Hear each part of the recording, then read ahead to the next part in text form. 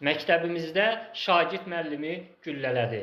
Çox təəssüf olsun ki, məktəblərin başına gələn bu dəhşətli hadisə hələ başlanğıcdır. Məktəblərin başına gələcək daha dəhşətli hadisələr hələ qabaqdadır.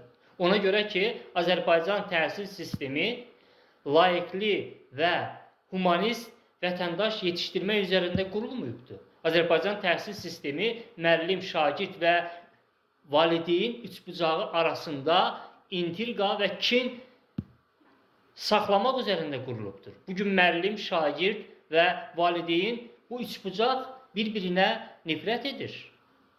Belə bir halda təbii ki, belə dəhşətli hadisələr ortaya çıxacaqdır. Mən maarifçiyəm, yazıçıyam.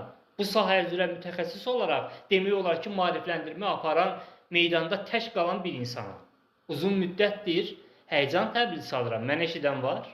Mən bu günləri küçələrə düşmüşəm, küçələri qarış-qarış gəzirəm Azərbaycanın küçələrinə ki, qarşıma çıxan müəllimlərə, valideynlərə, şagirdlərə, tələbələrə tövsiyə edirəm ki, ay aman, mənim yazdığım bu hekayə terapiya kitabını al ki, bu sənin üçün, övladın üçün, şagirdin üçün çox vacibdir. Bu, bizim gələcəyimiz üçün vacibdir mənim yazdığım bu kitablar, əsərlər. Bugün mən maarifləndirmə meydanında tək qalmışam.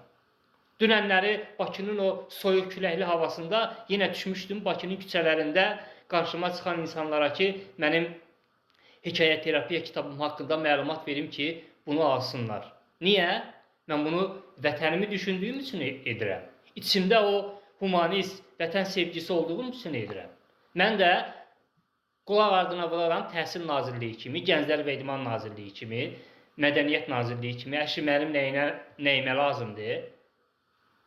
Mənim kitabım onsuz da bütün gün mənim elektron satılır mənim kitablarım. Onsuz da bütün gün mənim kitablarım satılır. Mənim nəyimə lazımdır? Düşmüşəm bu küçələrdə, harda məktəblər var, orada maarifləndirmə işi aparıram.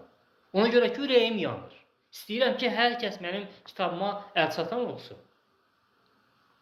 Çünki mən bu sahə üzrə Gənclər İdman Nazirliyində uzun müddət işləmişəm. Maarifləndirmə seminarlar aparmışam. İndi də məktəblərdə, universitetlərdə seminarlarım keçirilir. Və mən bu seminarlarda topladığım təcrübə əsasında bu kitablarımı, əsərlərimi yazmışam. Bugün maarifləndirmə meydanında mən təkəm.